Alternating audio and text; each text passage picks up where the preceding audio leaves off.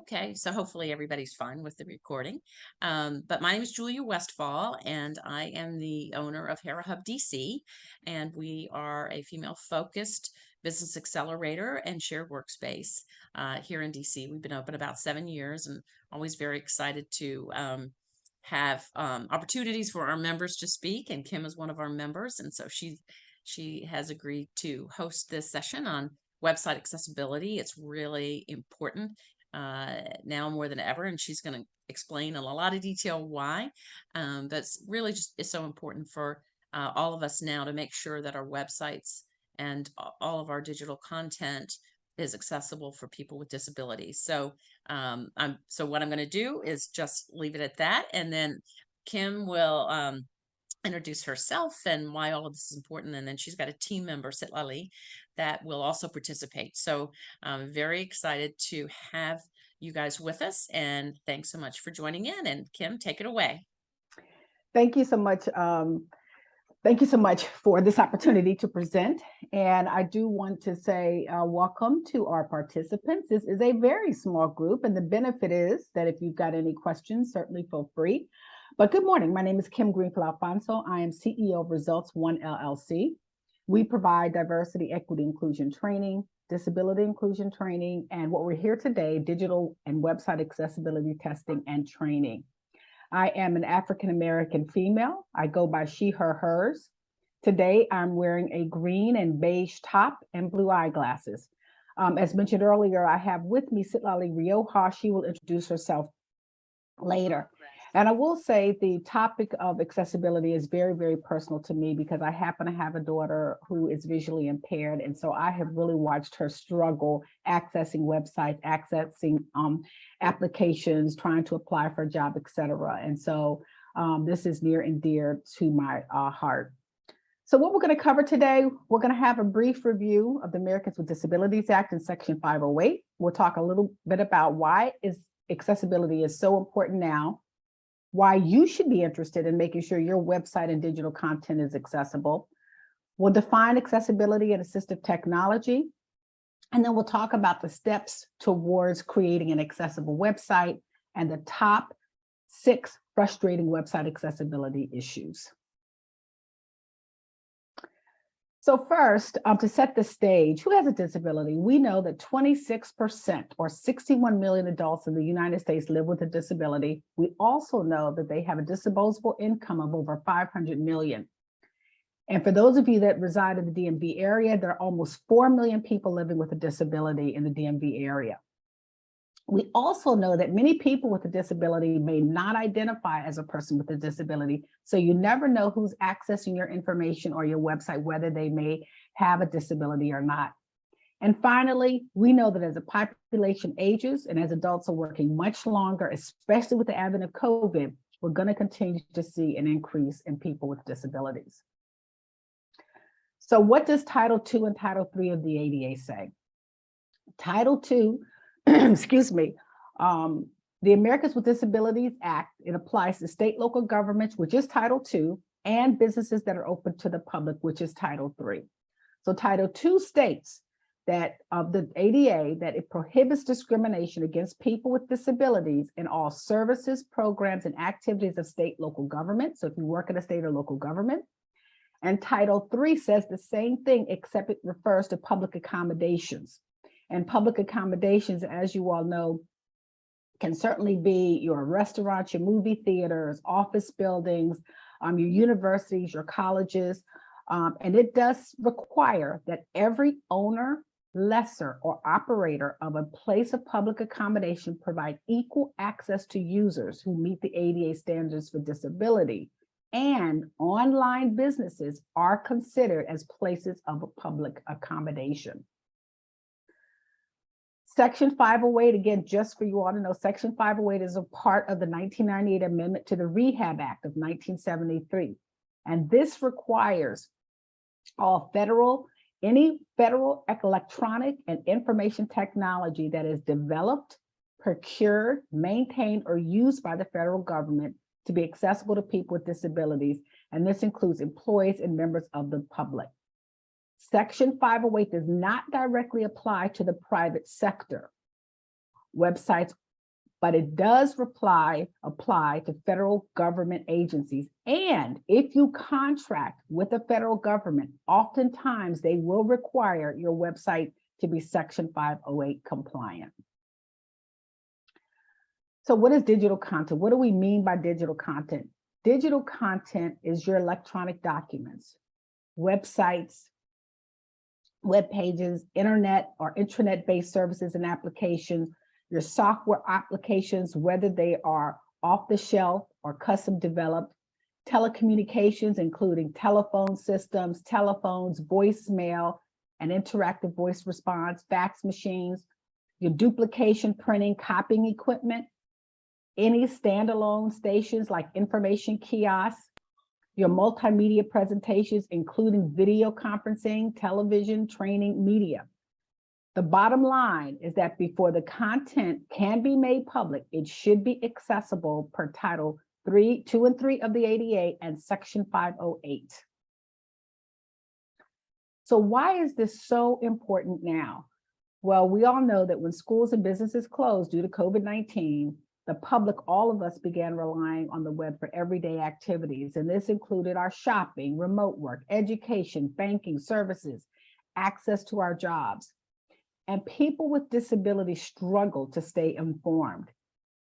Almost immediately, it was glaringly apparent that businesses and schools were not ready to meet the demand for accessible websites.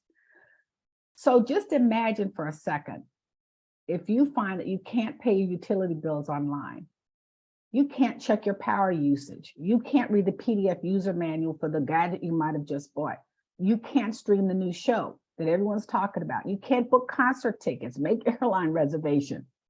In essence, part of the world is completely closed to you. What people and disability advocates found is that people with disabilities could not use and access the information, resources, services on websites and apps. They were being excluded and left out. And so what happened was there was an increased demand. I'm sorry, you all don't know what happened here. There was an increased demand for accessible websites and software. And as a result, accessibility lawsuits and compliant letters soared. And so right now, we estimate there's about a 300% increase in lawsuits over inaccessible websites. So what are some of the barriers? Just to give you all a little bit of content when you're thinking about, what are some of the barriers to accessibility? If you're someone that happens to have a visual disability, your screen reader may not accurately read web page content allowed for people. So might not read exactly what is being seen on the screen. If you have cognitive disabilities, any moving, blinking, flickering content and background audio that cannot be turned off may cause a problem for you. If you are hard of hearing or deaf, you may need captions or transcripts for the audio recordings, and they may not have that. They may be without the captions or transcripts. For physical disabilities, sometimes called motor disabilities, which can include weakness and limitations of muscular control, some websites may not provide full keyboard support. And people with physical disabilities rely on that support to allow them more time to type, click, or carry out. So they may have insufficient time limits to really respond or complete the tasks, such as filling out online forms. And then if you have speech disability, websites that offer phone numbers only as a way to communicate may also cause a problem. We also know that 69% of people with disabilities leave a website immediately if it's not accessible. And 88% of consumers are less likely to return to a site after a bad experience. So some may still ask, why should I ensure my website is accessible? Well, what we know is accessibility is good for your business. We know that it is the right thing to do. It is morally the right thing to do. The web is an increasingly important resource in life, and it is used to keep in touch with friends and family. And as we all know, so much more. It's difficult for many of us to imagine life without access to all that the web has to offer. And unfortunately, that's what many people with disabilities currently face, a limited and frustrating web experience. It's also the smart thing to do. It can increase traffic on your website. Building your website to be accessible for all users means you can increase the number of visitors to your site. Remember, as I said earlier, if the website isn't accessible, it's excluding more than 61 million Americans. It will also boost your brand perception and enhance your reputation and can have a positive impact on your company's brand as it creates an image of an ethically and socially responsible company or organization. It can improve your site's usability. Accessibility increases the usability of a website and in effect improves the quality of all users' experience, not just the person with a disability. And it can raise your search rankings, your search engine optimization. And then finally, as I mentioned earlier, it is the law. You can avoid any kind of costly litigation by mitigating the risks of lawsuits by complying with accessibility. As Paul Smythe, head of digital accessibility for Barclays, says, many organizations are waking up to the fact that embracing accessibility leads to multiple benefits, reducing legal risks, strengthening brand presence, and improving customer experience and colleague productivity. So what is web accessibility? It is the practice of making your website, your digital content, mobile apps, PDFs, Word documents usable by as many people as possible. And we know that when technology is accessible, each user is able to interact with it in ways that work best for him or her.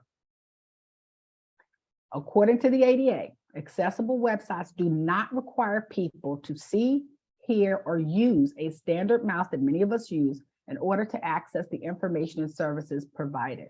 So it is the practice of ensuring equal access to online content for all. Now, let's define assistive technology.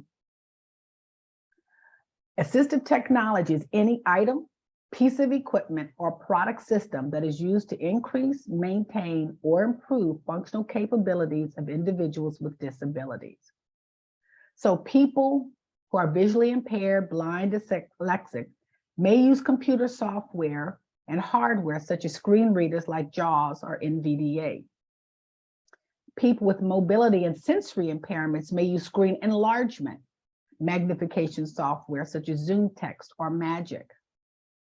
An adaptive keyboard that is a commercial keyboard modified to allow a user with special needs accessibility to their computer can include bright colored keyboard, easy to read labels, QWERTY or ABC layouts. And then finally, what my daughter uses, a Braille keyboard. So accessibility ensures all users can access the product or service regardless of their capabilities.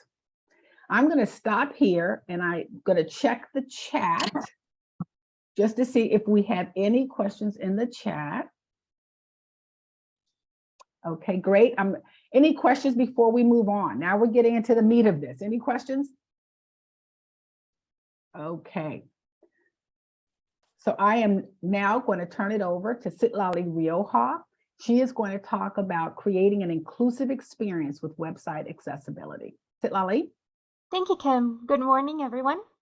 My name is Citlali Rioja. I am a Latin person, and my pronouns are she, they.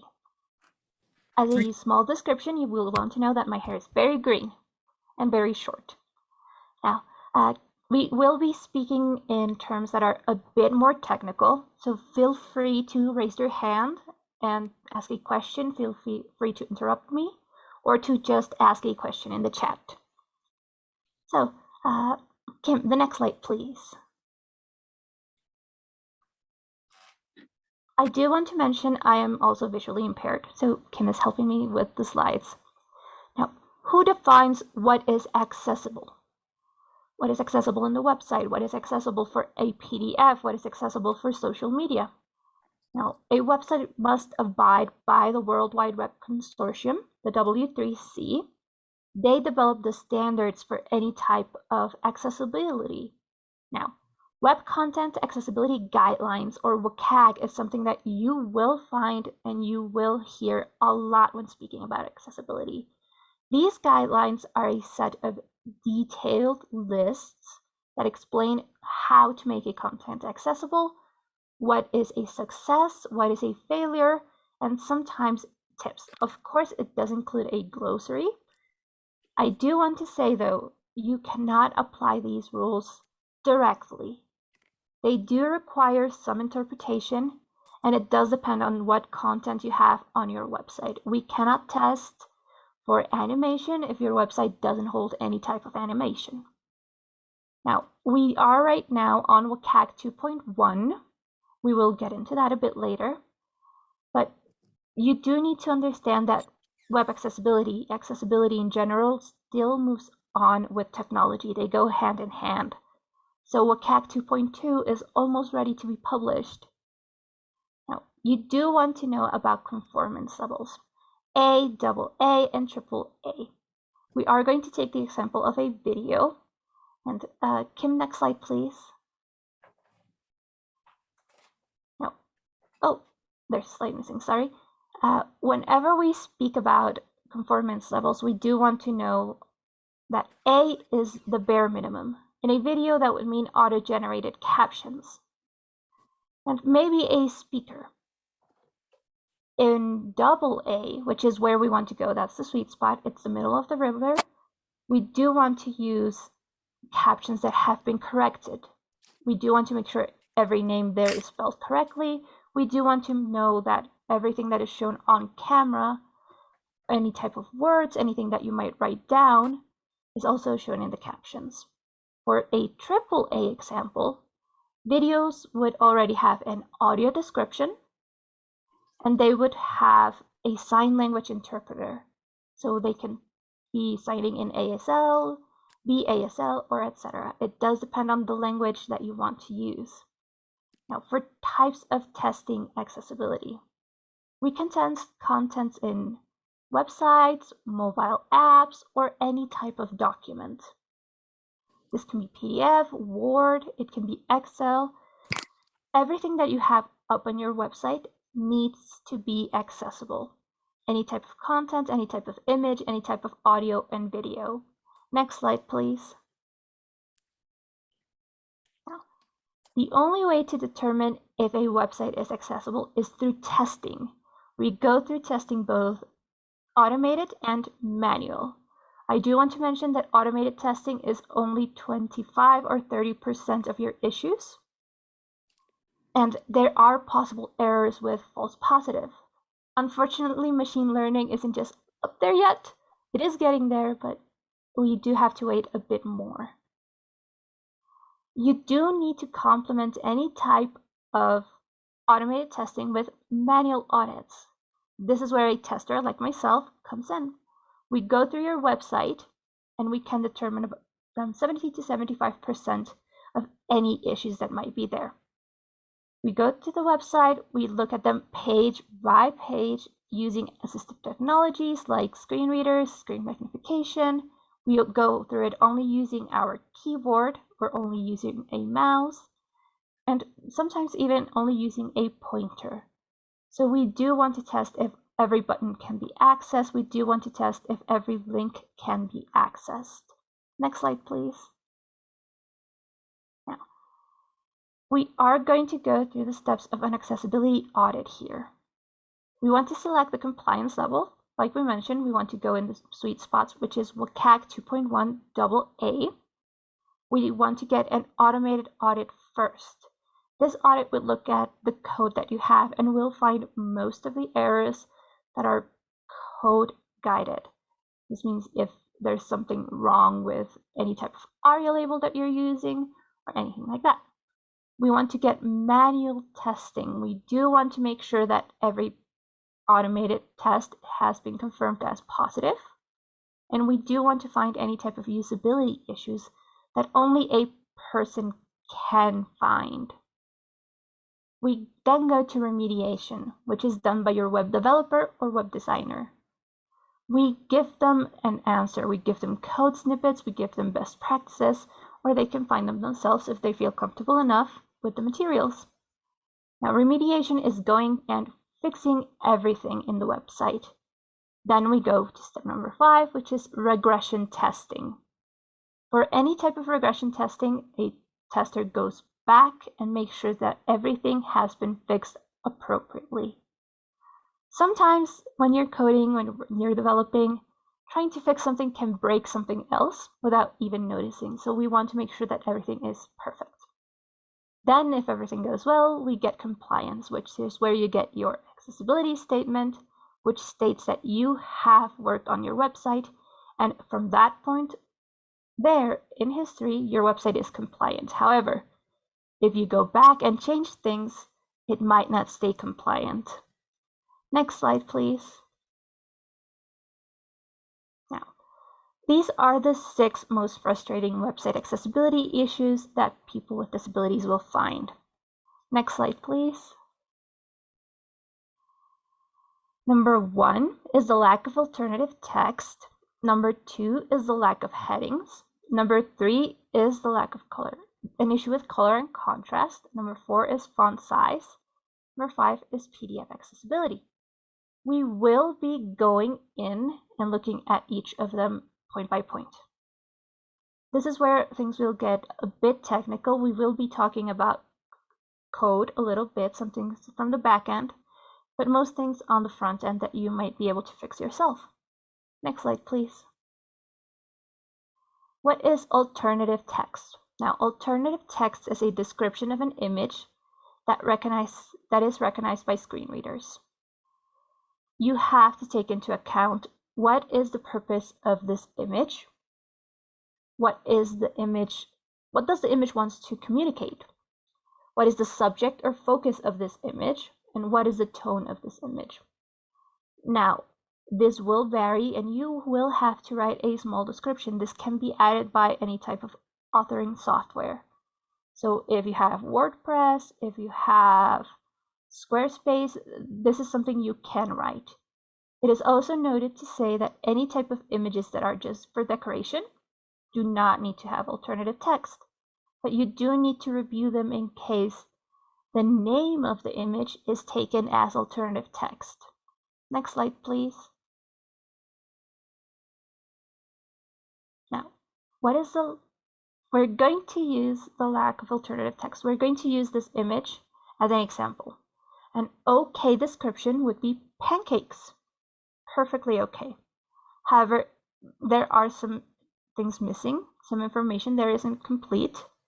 A good description would be a stack of blueberry pancakes with powdered sugar. This is a more complete description. It tells us that they're blueberry pancakes, which was information previously missing. And if you have any type of products in your website, you might want to add descriptions like this. Details are very important whenever you're trying to buy something or whenever you're trying to get information. Please notice that if you're using charts, you might need a description instead of alternative text if it's very complex. Next slide, please. We're going to talk about headings, and this is solely code-based. Now, any type of organized web page, and website will be helped by headings. Headings are like titles and subtitles. So they do have, so they do have a hierarchy. H1, which would be the main heading, which is the main title of your website. So if the page is about us, H1 should be about us. H2 do have a lower hierarchy, so they are considered subtitles. You can organize them like this, and you should note that you shouldn't miss any headings. So if you jump from H2 to H4, you will be causing an issue with headings. Screen readers can navigate only using headings, so take that into account. Headings go from heading level 1 to heading level 6. Next slide, please. We're going to talk about color and contrast, and this is something that you can test yourselves. Color and contrast refers to the light between the font or anything that is in the foreground and its background. This is a strict rule, one of the few ones that we have in WCAG, and the color and contrasts are as follows.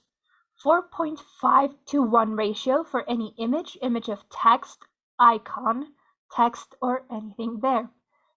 Logos are exempt. So if the logos have a color that isn't actually in color and contrast, you can still use it. There is no need to change it.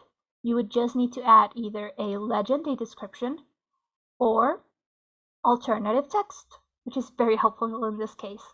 Now, there is a color and contrast for large text and small text.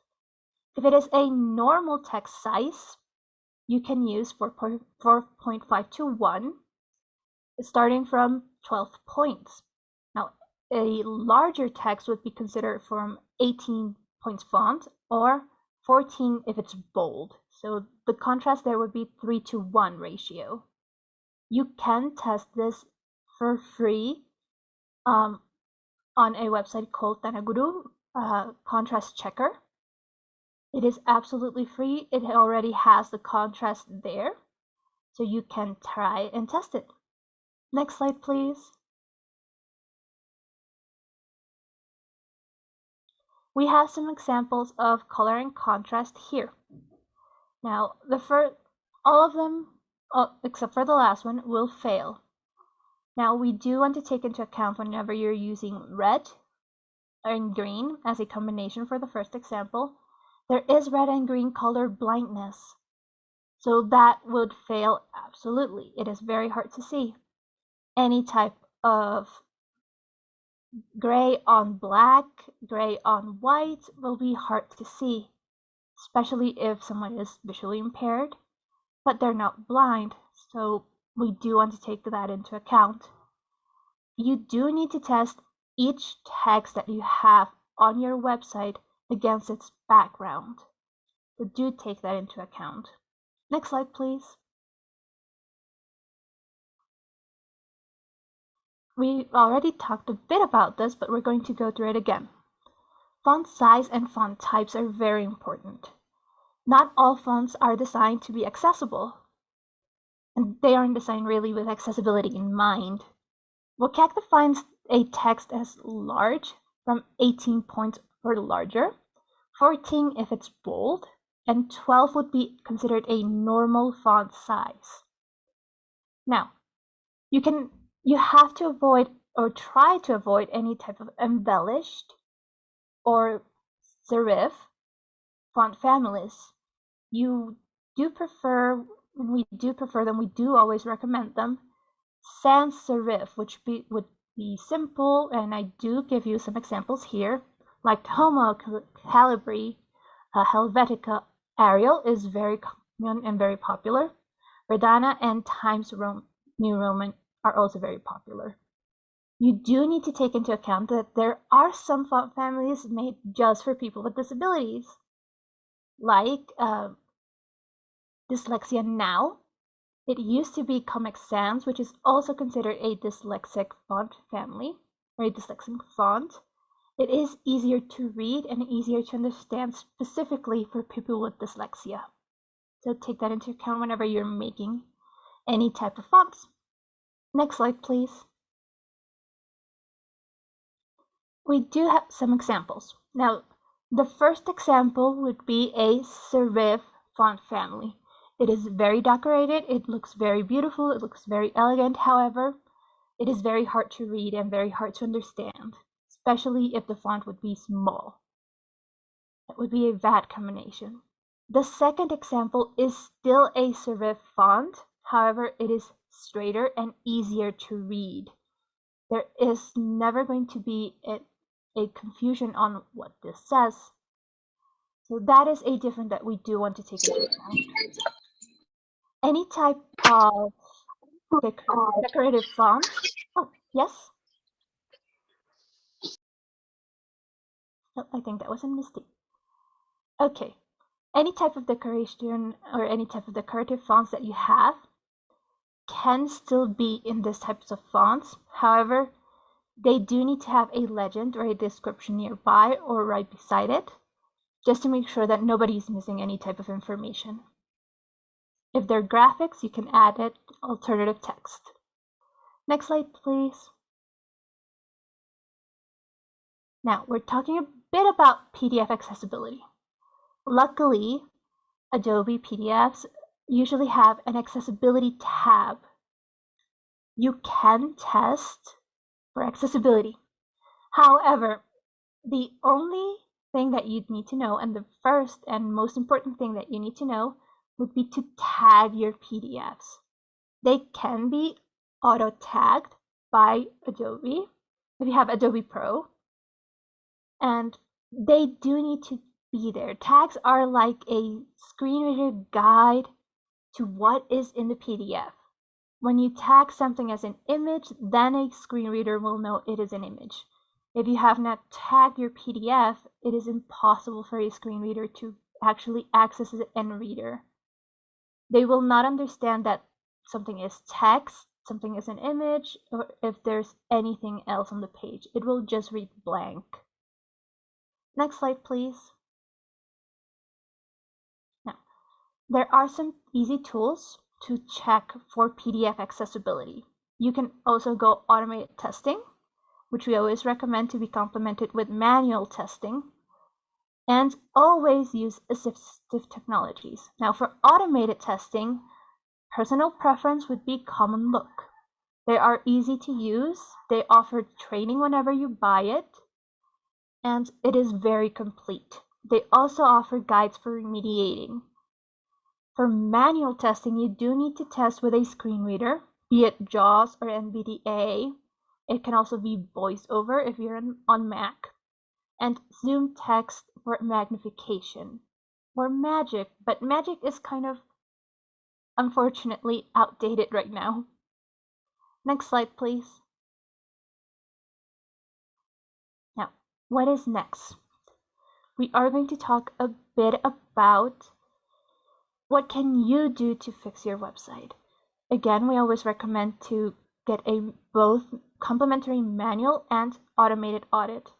If you take anything away from this, please get an automated audit and a manual audit hand by hand. Usually automated audits, like we mentioned, do not give you the complete information. Next slide, please. And at this point, I will just let everybody know that we do have some additional trainings. And so this is just a list of some of the trainings that we do have and that we do offer. This is kind of what we consider an introductory training, just to kind of make sure you understand the laws, and set the basics in terms of setting the stage around the numbers of people with disabilities, et cetera. So if you have any interest, please feel free. And then for those of you that are on here, we are offering you a free automated audit.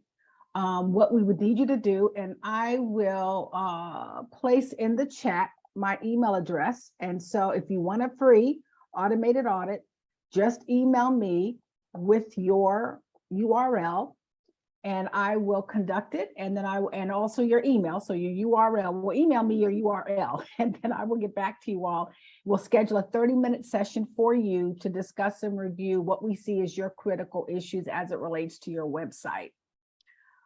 So again, I'm going to set this for a second. I'll come back to this slide in a second if you didn't pick it up, but I did put it in the in the chat. And again, in closing, by making your website and digital content accessible, you're ensuring that all of your potential users, including people with disabilities, have a decent user experience and are able to easily access your information.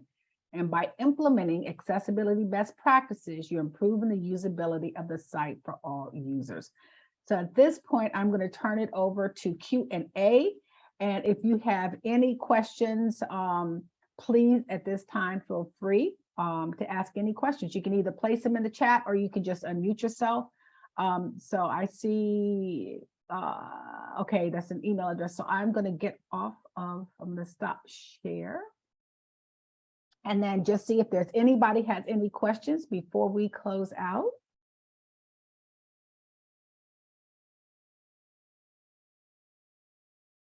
Okay, if not, then I do want to thank you. I know this is an early morning, so I do want to, I have a question. Nerea has a question. Okay. All right, so go ahead and come off mute if you have a question. Hi, can you hear me? Yes.